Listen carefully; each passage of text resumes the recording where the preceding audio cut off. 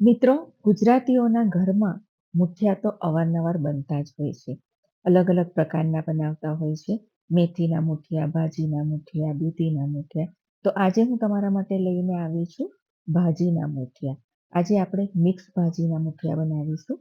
તો એના માટે મેં મારા ગાર્ડનમાં એટલે કે મારી ગેલેરીમાં થોડાક ભાજી લગાવેલી છે કારણ કે અહીંયા પાલક મળતું નથી. એટલે હું હંમેશા ઇન્ડિયાથી પાલકના બિયા લાવતી હોઉં છું ને આ રીતે પાણીની બોટલમાં કાપીને એને વાવતી હોઉં છું. તો મેં થોડી પાલક વાવી છે, લીલું લસણ છે, ધાણા છે, મરચાં છે, રીંગણ વાવ્યા છે અને તુલસી પણ વાવી છે. તો એમાંથી આપણે થોડું લીલું લસણ લઈ લઈશું અને પાલક લઈ લઈશું. ધાણા અને મેથી તો મારી પાસે બજારમાં મળી ગઈ હતી એટલે છે. અને હજી મારા પાલક થોડા નાના નાના છે, પરંતુ વાંધો નહીં, એ પણ સરસ જ લાગતા હોય છે. મેં પાલક અને લસણ અને ધાણા લઈ લીધા છે. મેથી ભાજી અને ફ્રીજમાં છે, થોડા ધાણા પણ છે, એ લઈ લઈએ. સાથે મસાલો પણ બધો લઈ લઈએ અને હવે આપણે તૈયારી કરી લઈએ મુઠિયાની. તો ચાલો બનાવવાની શરૂઆત કરી લઈએ. તો સૌથી પહેલાં હું તમને બતાવી દઉં. જુઓ, મેં પાલક તોડી છે, લીલા ધાણા છે, મેથી છે અને લીલું લસણ છે. પાલક મેં અહીં 1 કપ જેટલું લીધું છે અને મેથી પણ 1 કપ જેટલી લીધી છે. જુઓ, પાલક આ રીતના નાના નાના છે હજી પાન, અને થોડા ધાણા અને થોડા લીલું લસણ પણ લઈ લીધું છે.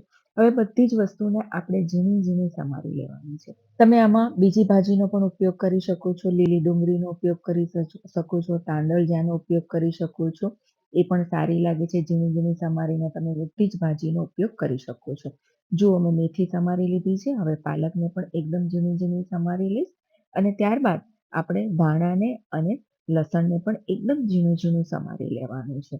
જુઓ, બધી જ ભાજી આપણી સમારાઈ ગઈ છે અને હવે એક તપેલીમાં પાણી લઈ લઈશું અને આ બધી જ ભાજી, ધાણા, લસણને આપણે સરસ 2 થી 3 પાણીથી ધોઈ લેવાનું છે અને એને ગળણીમાં આપણે કોરું કરી લઈશું.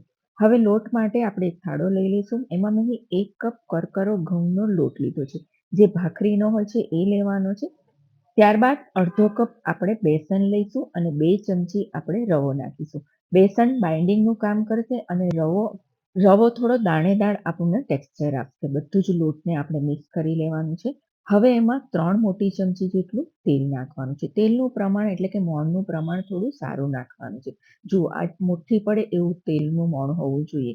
અને ત્યારબાદ હવે મસાલા કરી લઈશું. 1 મોટી ચમચી આદુ લસણની પેસ્ટ અને 1 મોટી ચમચી લીલા મરચાંની પેસ્ટ નાખીશું. 1 નાની ચમચી લાલ મરચું, અડધી નાની ચમચી હળદર નાખીશું. 1 નાની ચમચી ધાણા જીરું પાવડર નાખીશું અને અહીં મેં 1 મોટી ચમચી અથાણાનો સંભારો એટલે કે અથાણાનો મસાલો લીધો છે, એ નાખીશું. એનો ટેસ્ટ અને ફ્લેવર બંને સરસ આવશે. 1 નાની ચમચી વરિયાળી નાખીશું અને 1 મોટી ચમચી તલ નાખીશું અને સ્વાદ મુજબ આપણે મીઠું નાખવાનું છે. હવે ગળપણ માટે આપણે 2 મોટી ચમચી ખાંડ લઈશું. ગળપણ તમે તમારા ટેસ્ટ મુજબ લઈ શકો છો. મને થોડા ગળ્યા પસંદ હોય છે એટલે હું વધારે લેતી હોઉં છું અને 1 મોટી ચમચી લીંબુનો રસ નાખીને આપણે બધું જ સરસ મિક્સ કરી લેવાનું છે. મસાલા અને લોટ સરસ મિક્સ થઈ જાય એટલે ધોઈને રાખેલી ભાજી નાખવાની છે. બધી જ ભાજી નાખી દેવાની છે અને એને આપણે સરસ મિક્સ કરી લઈશું. ભાજીથી જ આપણો લોટ બંધાઈ જતો હોય છે, પરંતુ જો લોટ ના બંધાય તો આપણે દહીંનો ઉપયોગ કરીશું. પહેલે બધું જ ભાજીને સરસ મિક્સ કરી લઈશું. એનું પણ પાણી છૂટતું હોય છે. હવે એમાં 2 ચમચી આપણે દહીં નાખીશું. હજી લોટ બંધાયો નથી. લોટને આપણે સહેજ પણ ઢીલો નથી કરવાનો. આપણે ભાખરી બનાવીને એવો જ લોટ બાંધવાનો છે. જુઓ, આ રીતનો લોટ બાંધવાનો છે. થોડો કઠણ લોટ બાંધી લેવાનો છે. હવે હાથમાં પણ જે ચોંટ્યું છે એને કાઢી લઈશું અને જુઓ, લોટ આપણો બંધાઈ ગયો છે. હવે હાથને સાફ કરી અને થોડો તેલવાળો કરી લેવાનો છે. અને તમને જે સાઈઝના મુઠિયા જોઈએ તમે એ સાઈઝના બનાવી શકો છો. હું આજે થોડા નાના નાના સાઈઝના મુઠિયા બનાવું છું. તમે જો મુઠિયા વાળવા ના ચાહતા હોય તો થાળીમાં તમારે તેલથી ગ્રીસ કરી લેવાની થાળીને અને આ બધું જ મિશ્રણને થાળીમાં પાથરી દેવાનું દબાવીને. અને પછી તમે એને સ્ટીમ કરી શકો છો અને પછી નાના નાના ટુકડા કટ કરીને, ચોરસ ટુકડા કરીને તમે એનો વઘાર કરી શકો છો. પરંતુ હું આજે આ રીતના મુઠિયા બનાવું છું. જુઓ, આ સાઈઝના આપણે મીડિયમ મુઠિયા બનાવીશું. આપણા મુઠિયા બનીને રેડી થઈ ગયા છે, તમે જોઈ શકો છો. હવે આપણે એને સ્ટીમ કરીશું. મેં કઢાઈમાં પાણી મૂકી દીધું છે અને સ્ટીમર પણ મૂકી દીધું છે અને એમાં આપણે મુઠિયા મૂકી દઈશું અને એને ફૂલ ગેસ પર આપણે 10 થી 12 મિનિટ માટે આપણે સ્ટીમ કરી લેવાનું છે. જ્યાં સુધી આપણા મુઠિયા ચડી જાય ત્યાં સુધી એને આપણે સ્ટીમ કરી લઈશું. ગેસની ફ્લેમ મીડિયમ ટુ સ્લો રાખવાનું છે અને જુઓ, લગભગ 10 મિનિટ થઈ ગઈ છે. એને ચેક કરી લઈએ અને તમે જોઈ શકો છો મુઠિયા સરસ ઉપરથી એમાં ક્રેક પડી ગઈ છે, ફાટી ગયા છે. એટલે કે સમજવાનું કે તમારા મુઠિયા પરફેક્ટ થયા છે. ચપ્પુ નાખીને જોઈ લેવાનું. આપણા મુઠિયા સરસ ચડી ગયા છે. હવે એને ફરીથી ઢાંકીને એકદમ કમ્પ્લીટલી ઠંડા થવા દઈશું. જુઓ મુઠિયા આપણે એકદમ ઠંડા થઈ ગયા છે. હવે એને કટ કરી લઈએ. તમને જે સાઈઝના કટ જોઈએ તમે કરી શકો છો. કટ કરતી વખતે તમને લાગશે કે જુઓ મુઠિયા આપણા પરફેક્ટ બન્યા છે. મુઠિયાનો પીસ સરસ પડવો જોઈએ. એવું ના થવું જોઈએ કે કટ કરીએ ત્યારે ભરભર ભૂક્કો થઈ જાય, એવું ના હોવું જોઈએ. અને બહુ કડક પણ ના હોવો જોઈએ. એટલે એકદમ આ રીતના મુઠિયા થવા જોઈએ. જુઓ પરફેક્ટ મુઠિયા છે.